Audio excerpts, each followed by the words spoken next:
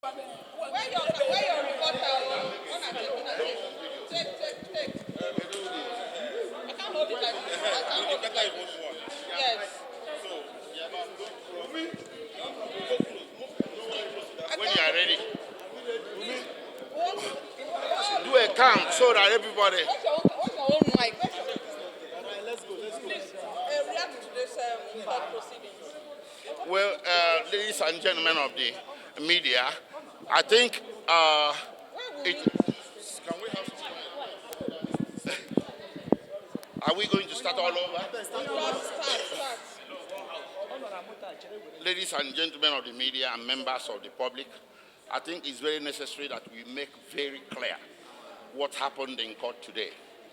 We do not want to call it a travesty of justice because of the respect we had for the judiciary, but we are utterly disappointed that today bail was refused. On what grounds? The Supreme Court on 15 December criticized very severely the revocation of Nnamdi Kanu's bail. In several pages, which we are going to make available to the media, at pages 19, 20, and 21 of Justice Agem's judgment, he even suggested that the impartiality of the trial court in revoking Nnamdi Kanu's bail is suspect. We didn't mind all of that, but still we made an application, a fresh application, to my Lord, urging her to exercise discretion to restore Nnamdi Kanu's bail. She refused it without any reason whatsoever.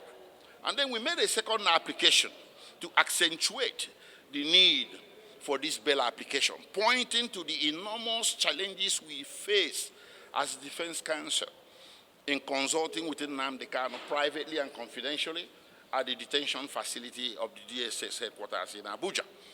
We are only allowed 30 minutes each as counsel on only Mondays and Thursdays for a cumulative period of 2 hours, twice a week, to consult with him separately.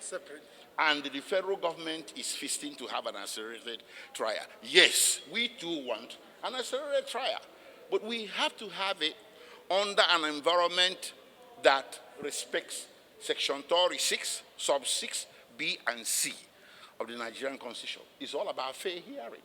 It goes to the ground norm. It goes to the basic norms of the society that you must hear the other side. And to hear the other side, he has to have an adequate facility to prepare his defense and to consult with his lawyers. It's the Constitution that said it. It's not us that said it. So we came to my Lord with an application and said, listen, it's impossible for us to conduct this trial under this atmosphere of interference with his right to counsel.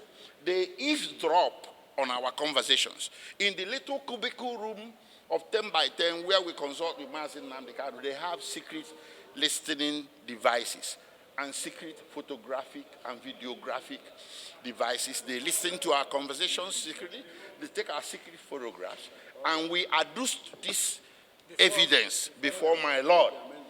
They confiscate our legal documents. They don't allow us to take notes. Pray. You may be lay men and lay women. The general public may not be lawyers, but is this fair? How can you have trial under circumstances like this? It's not possible. So we are not stalling. It is the federal government that is stalling. We can't take notes. So what is the essence of it? We cannot prepare him adequately. We cannot talk with him. We whisper.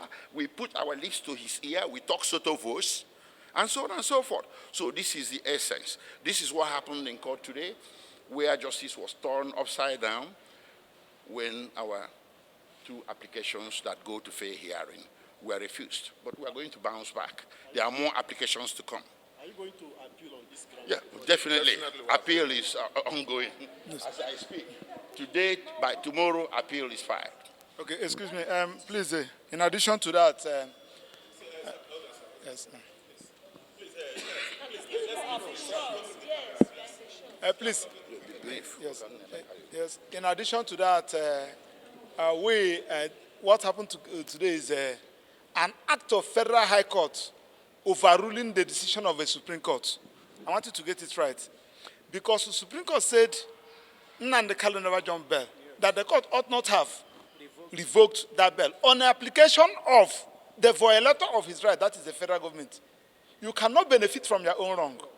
And we thought that the Supreme Court would have exercised its power under Section 6 of the Constitution to make a consequential order directing that Nnamdi Kanu should be released. But they directed that the trial should be continued here, and we should make an application. Of course, we ought not have made any application. Court should have exercised his power discretionary and released Nnamdi Kanu. That they never did. Then, secondly, which is the most fundamental, I have been going there to visit Nnamdi Kanu. They never allow me to exercise my right as counsel to Nnamdi Kanu. And my right was violated. I took DSS to Federal High Court.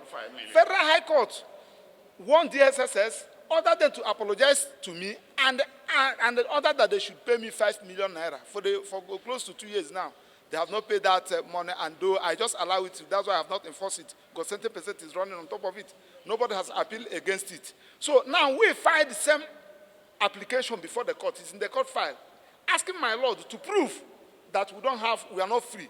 Where court has even taken judicial notice of that, but all to no avail. Now the court said that we should apply, since we cannot transfer Nnamdi Kanu to Kuje prison, stating that there is no security at Kuje prison. So that we are now applying that Nnamdi Kanu should be detained, should be remanded in a private house.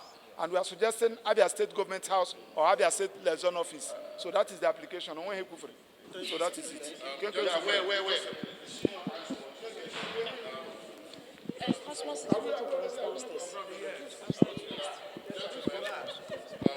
want to thank the press, for keeping the struggle alive. Yes. Now, I must tell us something. What happened today in this court is almost like an opportunity lost to bring peace, immediate peace, to the Southeast. The Supreme Court had given the Federal High Court the opportunity to bring peace to the Southeast. And they lost it. And unfortunately, they are toying with that opportunity given to them by the Supreme Court. All that the Federal High Court need was to go back to the ruling of the Supreme Court and follow it and give back the bill it had previously withdrawn. And then you will see absolute peace in the Southeast. But with what happened today, it's obvious that certain persons don't want that peace to return to the Southeast.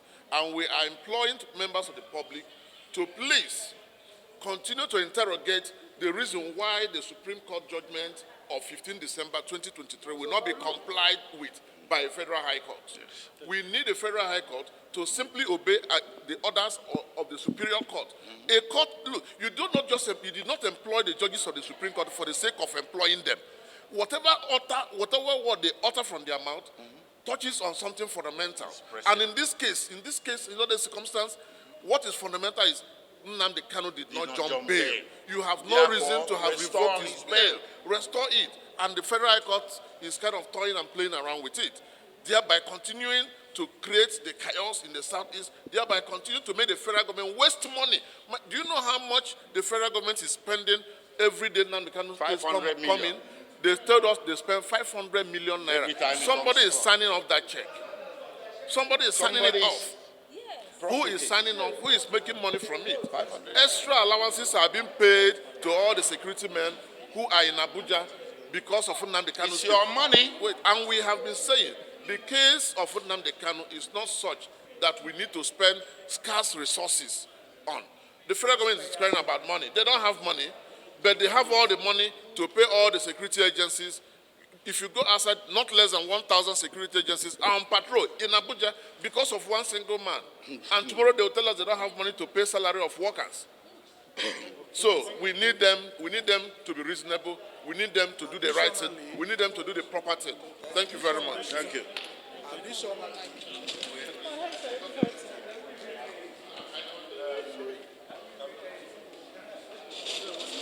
Let me have a chat.